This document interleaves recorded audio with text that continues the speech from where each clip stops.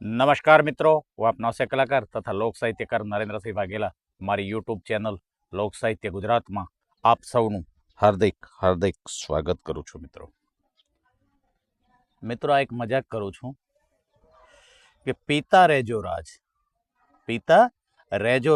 પણ માપમાં રહેજો રાજ, પીતા રહેજો રાજ પણ માપમાં રહેજો રાજ, અને હસતા રહેજો રાજ પણ એ માપ બારા ન જાતા રાજ. કારણ કે બહુ હી હા હા કરીએ તો પછી આપણને ઓલી નાતમાં ગણી નાખે ને. એટલે દરેક વસ્તુની એક મર્યાદા હોય. બરણી ભરેલું મરચું રહોડામાં પડ્યું હોય પણ શાકમાં ચમચી જ ન ખાય ને. આ બધું આમ છે. એક બેકાર માણસ પ્રભુને બે હાથ જોડીને ઈશ્વરની સામે જોઈને આકાશની માલિક પર નજર મીટ માંડે છે અને કહે છે કે હે પ્રભુ, એક 10 કરોડ રૂપિયા દઈ દે એટલે મારું ભલું થઈ જાય, અને ઉપર આવીને પાછા તને દઈ દઈશ. અને પ્રભુએ ઉપરથી આકાશમાંથી ડોકું તાણ્યું કે આવી જા ઉપર, બેગ ભરેલી તૈયાર જ છે, લેતો જા. બોલ્યું કે ના, ન્યા ધક્કો કોણ ખાય, પછી ન્યા બસ ડેપો નહીં અને મને પાછું આવવા કંઈ સાધન મળતું નથી, એટલે ન્યા હું કામ આવું, તમે અહીંયા મોકલી દો. એટલે પ્રભુએ કીધું કહો તો તારા માટે મારે ડેપોની વ્યવસ્થા, બસ ડેપોની વ્યવસ્થા કરવાની એમ. છોકરી એના પિતાને ઘીરે હોય ને ત્યાં રાણી બનીને રહેતી હોય. છોકરી એના પિતાની ઘીરે રાણી બનીને રહેતી હોય. સાસરીએ જાય પહેલી વાર એટલે લક્ષ્મી બનીને રહીએ, પછી સાસરીમાં કામ કરતા કરતા બિચારી બાઈ બની જાય, અને ધીરે ધીરે રાણી લક્ષ્મીબાઈ બની જાય છે. અને પછી પતિને વગર તલવારે એટલો બધો હેરાન પરેશાન કરી નાખે કે પતિ બિચારો અંગ્રેજી ન હોય ને તો એ અંગ્રેજી લેતો થઈ જાય. પતિ અંગ્રેજી ન હોય તો એ અંગ્રેજી લેતો થઈ જાય.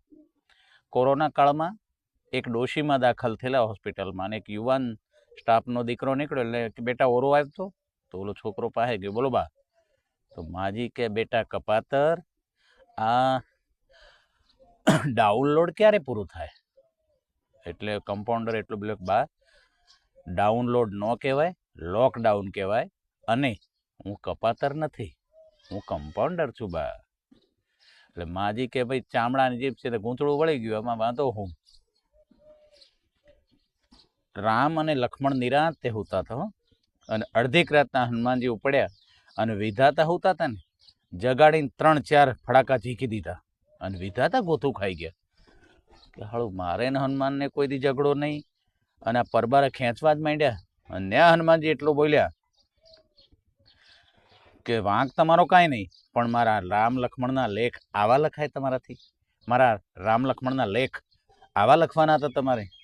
અન વિધાતાએ કીધું કે મારી એક વાત સાંભળી લ્યો, અને પછી મને મારી નાખવો તો મારી નાખજો, પણ તમે વિચારો કે અડધીક રાતના મને ભર નીંદરમાંથી ઉઠાડી અને 4-5 ફડાકા ઝીકી દીધા, એ હું મેં લખ્યા હતા લેખ? એ લેખ મેં મારી મેળે લખ્યા હતા એમ. એક ભાઈના નવા લગ્ન થયેલા, અને હોને મટેલો, ગળામાં જાડી ચેન ને હાથમાં હોનાની જાડી લકીને 10 આંગળીએ વેઠ. એટલે મેં એને પૂછ્યું, ભાઈ માલ સસરાનો છે? એટલે કે ના રે ના, બગસરાનો. બોલો, હવે સાચું હોનું ખરીદવા પૈસા સાચા દેવા પડે, અને ખોટું બગસરાનું હોનું લેવું ને તો પૈસા તો સાચા જ દેવા પડે. ન્યા નકલી નોટું કેમ નથી ચાલતી કે ભાઈ જૂનું ખોટું, હોનું જૂનું ખોટું છે, જૂનું અને ખોટું, તો પછી પૈસા નકલી હોય ને, નકલી હોનાના, પણ એમ નથી થતું. ત્યાં 2 મિત્રો રણમાં પ્રવાસે ગયા, અને રાત પડી ગઈ એટલે તંબુ બાંધીને હોતા હતા. અડધીક રાતના એક મિત્રની આંખ ઉગડીને આંખું ચોડીને આમ કરીને બીજા મિત્રને એને જગાડ્યો, અને કે આમ આકાશની માલિક ઓર જોતો, તો પડે આમ જોઈને કે શું દેખાય તને? તો કે નિર્મળ ચંદ્રમાં એકદમ સ્થિર અને નિર્મળ બ્રહ્માંડ, તારલિયા ટમટમે છે. એટલે ઓલો કે ટમટમતા તારલિયા અને શીતળ ચંદ્રમાની માથામાં આપણું તંબુ કોક ચોરી ગયું, એ નથી દેખાતું તને? પત્ની એના પતિને કહે છે કે જો તમારા બાપા દારૂ ન પીતા હોત ને તો આજે તમે કરોડપતિ હોત. પતિ કે ફરી બોલતો, તો કે તમારા બાપા જો દારૂ ન પીતા હોત તો આજે તમે કરોડપતિ હોત. અને એના પતિ એટલું કીધું, તારા બાપા દારૂ પીવે છે? અને પત્ની કે ના રે ના, કોઈ દી ચાખ્યોય નથી. તો કે પછી એ કેમ લારી ધક્કા મારીને શાક બકાલું વેચે છે? એ લારીને ધક્કા મારી અને શાક બકાલું કેમ વેચે છે? અન્ય પતલીનું મોઢું કૂતરું કોષ ગળી ગયું એમ થઈ ગયું. પતિ કે એની પત્નીને એક દી કે કેમ આટલી બધી ઉદાસ લાગો છો, આટલી બધી આમ ટેન્શનમાં આવી ગઈ છો? અને ન્યા પત્ની એટલું બોલી કે આપણો ટીનિયો 50 પૈસાનો સિક્કો ગળી ગયો. હે? તો કે આપણો ટેણિયો 50 પૈસાનો સિક્કો ગળી ગયો છે. બોલ્યો પતિ કે પણ જવા દે, ગળવા દે, એમાં વાંધો શું છે? આમાંય 50 પૈસાનો આવે છે હું? આજકાલ 50 પૈસાની વેલ્યુ એ શું છે? પત્ની એના પતિને કહે છે કે કેટલો મસ્ત શર્ટ લાગે છે. હે? તો કે કેટલો મસ્ત શર્ટ લાગે છે. અને પતિ એટલું બોલ્યો તું ગમે એટલી ચાપલુસી કરો, તું ગમે એટલી ચાપલુસી કર, પણ તને નવી સાડી તો નહીં જ લઈ દઉં. અને પત્ની એટલું બોલી કે ખાલી શર્ટ જ મસ્ત લાગે છે, બાકી મોઢું તો કૂતરા જેવું જ છે. રોજ ડે ના દિવસે પતિએ પત્નીને લક્ષ સાબુ ભેટ દીધો. અને પત્ની કે સાબુ કેમ? તો પતિ કે કારણ લક્ષમાં હજારો ગુલાબોની સુગંધી છે. લક્ષમાં હજારો ગુલાબની સુગંધી છે, એવી હિરોઈનો કહે છે. એવી વાતો હિરોઈનો કરે છે.